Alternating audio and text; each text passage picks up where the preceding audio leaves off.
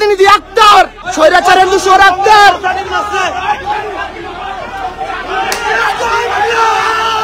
New ইয়র্কের John F Kennedy বিমানবন্দরের main gate, প্রবাসী রাজনীতির নতুন কেন্দ্রবিন্দু এই জায়গাটি। সেখান থেকে বের হচ্ছিলেন এনসিপি নেতা আক্তার হোসেন। মুহূর্তে কয়েকটা ডিম ছুটে এলো, একটার পর একটা আছড়ে পড়লো তার গায়ে। পাশে ছিলেন ডক্টর তাসনিম জারা, তাকে কেউ স্পর্শ করলো না, উল্টো বলা হলো আপাকে কিছু কইয়েন না। আজকের বিষয় এটি। চলুন যাওয়া যাক ঘটনার ভেতরে।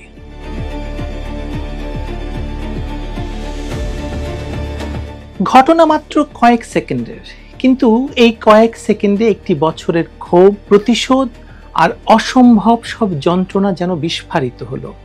এই ডিম ছোড়ার ভিডিওটির পরেই কিছু বুদ্ধিজীবী আর নিন্দুকের কণ্ঠে ভেসে এলো একটি কথা, ছি ছি ছি ছি ছি, দেশের ইজ্জত শেষ হয়ে গেল, ভাবমূর্তি শেষ হয়ে গেল। প্রশ্ন হলো, এই ঘটনাতেই কেবল দেশের ইজ্জত গেল, নাকি বহু আগেই গেছে বাংলাদেশের ইজ্জত?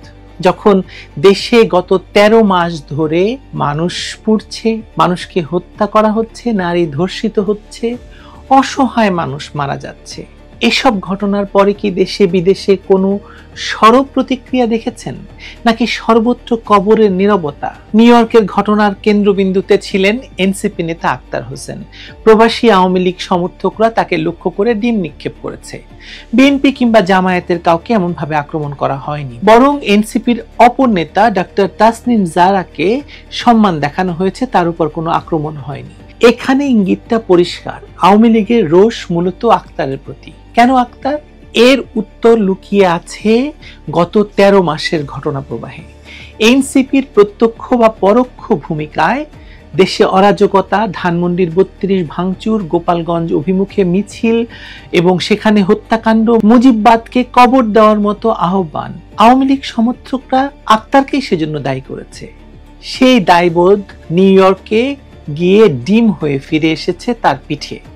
ডিম নিক্ষেপের এই প্রতিবাদ একদিনের নয়, একটিমাত্র ঘটনার জন্যও নয়, এর পেছনে জমে আছে 13 মাসের নিষ্ঠুর ইতিহাস।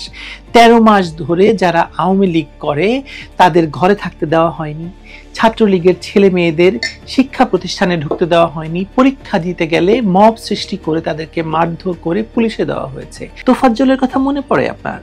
গত বছর 19 সেপ্টেম্বর ঢাকা বিশ্ববিদ্যালয়ের হলের ভেতর তাকে খাইয়ে দাইয়ে বিরতি নিয়ে পিটিয়ে হত্যা করা হয়েছিল। শামীম মোল্লা, মাসুদ রাজশাহীতে যাদেরকে পিটিয়ে হত্যা করা হয়েছে, মনে আছে তাদের কথা? নামাজরত অবস্থায় আওয়ামী লীগ নেতার মা যাকে কুপিয়ে হত্যা করা হয়েছে। ধানমন্ডি 32 গান পাউডার দিয়ে পুড়িয়ে দেওয়া হয়েছে। সেই একই জায়গায় বুলডোজার চালিয়ে পুরো বাড়িটি ভেঙে দেওয়া হয়েছে। মনে পড়ে কি? মনে পড়ে না তো? আচ্ছা, আরো বলি তাহলে শুনুন। আওয়ামী লীগের এক নেতাকে না পেয়ে তার ক্যান্সার আক্রান্ত স্ত্রীকে গ্রেপ্তার করা হয়েছে। ও গণভবনে একজন 80 বছর বয়সী নারীর অন্তর্বাস নিয়ে উল্লাস করা হয়েছে, মনে পড়ে? আপনারা তো মনে করছেন শুধু জারাকে গালি দেওয়া হয়েছে। উফ, কি কষ্ট। সারা দেশে শত শত মাজার ভাঙা হয়েছে, হাজার হাজার পুলিশ সদস্যকে হত্যা করে উল্টো তাদের লাশ ঝুলিয়ে রাখা হয়েছে উল্টো করে। 4 শতাধিক থানা ধ্বংস করা হয়েছে। কত সংখ্যক অস্ত্র লুট হয়েছে? সেই অস্ত্র কাদের উপর প্রয়োগ হচ্ছে? আজকে বাংলাদেশের নদীগুলোর পানিতে মাছের চেয়ে লাশ বেশি পাওয়া যাচ্ছে। জানেন তো আপনি? নাকি খুলনায় আজকেই রিপোর্ট বেরিয়েছে, গত 1.5 বছরে খুলনার নদীগুলোতে শুধু লাশ আর লাশ। মানুষ বলছে মাছ খাবেন না, কারণ থাক, আমি বলতে চাই না। শুধুমাত্র আওয়ামী লীগের সমর্থক হওয়ার কারণে শত শত মানুষকে প্রকাশ্যে মারধর করা হয়েছে দেশের সর্বত্র। কি চোখে পড়েনি সেসব?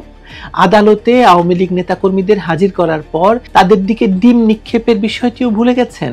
বিচারপতি মানিককে আদালতে হাজির করার পর কিভাবে তাকে পেটানো হয়েছিল নৃশংসভাবে? দীপুমণিকে কিভাবে হেনস্থা করা হয়েছিল? এসব মনে থাকার তো কোনো কারণ নেই আপনাদের, কারণ এগুলো সবই ঘটেছে আওয়ামী লীগারদের সঙ্গে। ঘটনা তো আরো ঘটেছে, কিছু বলি? কি বলেন? না, আপনার মাথায় এতক্ষণেও যদি না ঢুকে থাকে, তাই আরো 2-1টি উদাহরণ দেই আর কি। আপনাদের মনে আছে, খবরের কাগজেই হয়তো পড়ে থাকবেন, অসুস্থ বাবাকে দেখতে বাড়ি ফিরে নিজ ঘরের সামনে ছেলেকে কুপিয়ে হত্যা করেছে সন্ত্রাসীরা। ওরা তো সন্ত্রাসী। অবশ্য না, সন্ত্রাসীও বলা হয়নি, বলা হয়েছে হত্যা করা হয়েছে, কোনো ব্যাপার না। স্বামীর সামনে স্ত্রীকে গণধর্ষণ করা হয়েছে, বাবাকে গাছের সাথে বেঁধে কন্যাকে গণধর্ষণ করা হয়েছে। আর সংখ্যালঘু নির্যাতনের কথা কি বলবো, বলার ভাষা নেই। এসব ঘটনার পরে যখন পুরো জাতি তাদের ঢুলু ঢুলু বিবেক নিশ্চুপ থেকেছে, তখন নিউ ইয়র্কে কয়েকটি ডিম নিক্ষেপকেই এত বড় ইস্যু বানিয়েছেন। কত চিৎকার করছেন আপনারা, খুব দুঃখ হচ্ছে আপনাদের জন্য। এত ভয়াবহ সহিংসতার একটিতেও যখন কোনো মানবাধিকার সংগঠন, কোনো বুদ্ধিজীবী, কোনো বিদেশি মিশন, এমনকি দেশের গণমাধ্যমের একটি বড় অংশ চুপ ছিল, তখন কি দেশের ইজ্জত যায়নি? উত্তর হলো যায়নি। কারণ তাদের ইজ্জত তখন যায় না যখন ঢাকায় নারী সমাবেশে নারীদেরকে বেশ্যা বলা হয়, যখন জাতিসংঘের সভায় গিয়ে রাষ্ট্রীয় সফরের নামে মিথ্যা বলে ধরা পড়ে, যখন দেশের স্বাধীনতা স্মারকের উপর হামলা হয়, যখন একজন রাজনৈতিক কর্মীর মাকে নামাজরত অবস্থায় কুপিয়ে হত্যা করা হয়, যখন ধর্ষণ আর হত্যার বিচার দাবির বদলে তা ধামাচাপা দেওয়া হয়। এসবের কোনো একটি ঘটনাতেও ছি ছি ছিননি শোনা যায়নি। কিন্তু একটি সামান্য ডিম ছুঁড়ে মারলেই কেন যেন এই বাংলাদেশি ঢুলু ঢুলু বিবেকগুলির ভেতর মাতম শুরু হয়।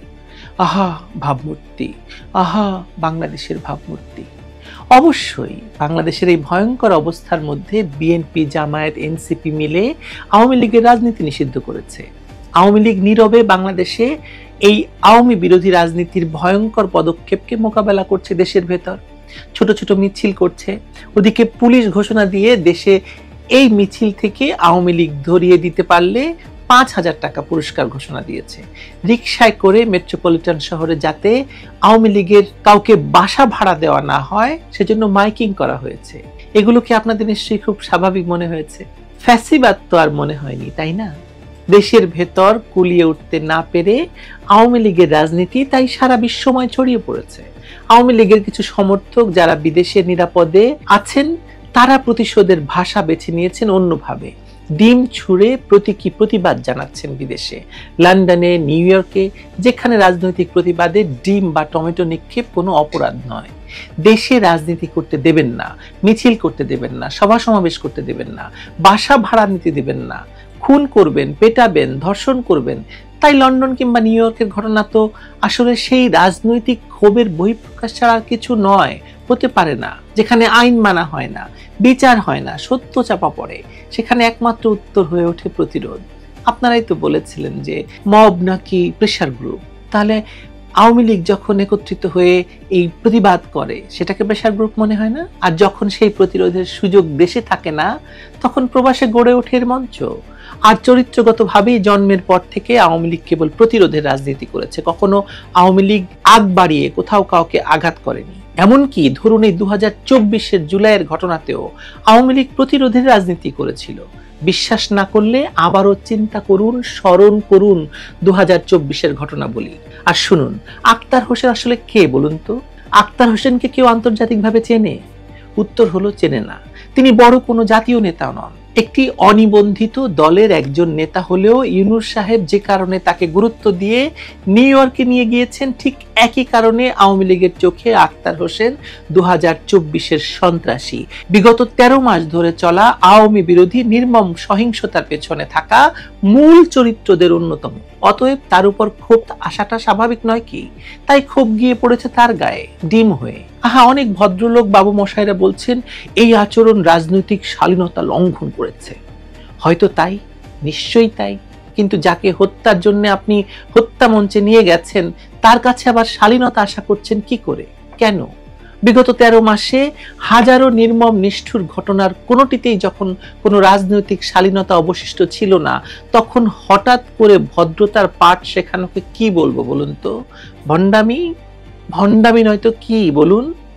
আসলে কি জানেন, আক্তারের দিকে ধেয়ে আসা ডিমগুলি কারো গায়ে পড়েনি, পড়েছে সেই ভদ্রলোকদের ভণ্ডামি আর নীরবতার মুখে, যে মুখ এসব হত্যা, ধর্ষণ, হামলার ঘটনা দেখেও 13 মাস ধরে মুখে কুলু পেটে বসে আছে।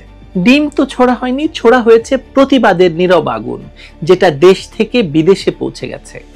এই ডিমের রাজনীতি নতুন কিছু নয়। পৃথিবীর বহু দেশে রাজনীতিকদের উপর এমন প্রতীকী প্রতিবাদ হয়, ডিম ছুঁড়ে, টমেটো ছুঁড়ে।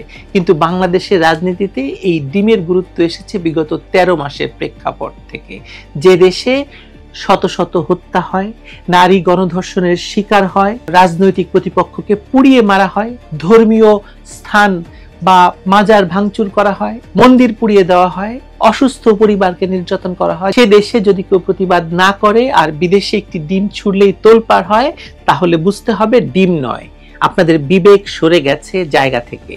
দেশের ইজ্জত যায়নি কয়েকটি ডিম নিক্ষেপে, ইজ্জত গিয়েছে তখন যখন রাষ্ট্র নিজেই জনগণের নিরাপত্তা দিতে ব্যর্থ হয়েছে, যখন সহিংসতাকে রাজনীতি হিসেবে গ্রহণ করা হয়েছে, রাষ্ট্রের নীতি হিসেবে গ্রহণ করা হয়েছে, আর যখন নীরবতা হয়ে উঠেছে বিগত 13 মাস ধরে চলা এক একটি ভয়ঙ্কর অপরাধের সম্মতি। নিউ ইয়র্কের জন এফ কেনেডি বিমানবন্দরে আক্তারের পিঠে এসে পড়া কিছু ভাঙা ডিম দেশের ভেতরে এবং বাইরে বিবেকহীন ভণ্ড মানুষগুলোর নীরবতা ভাঙার প্রতীক। এছাড়া আর কি বলুন তো? কিছু নয়। ভালো থাকুন।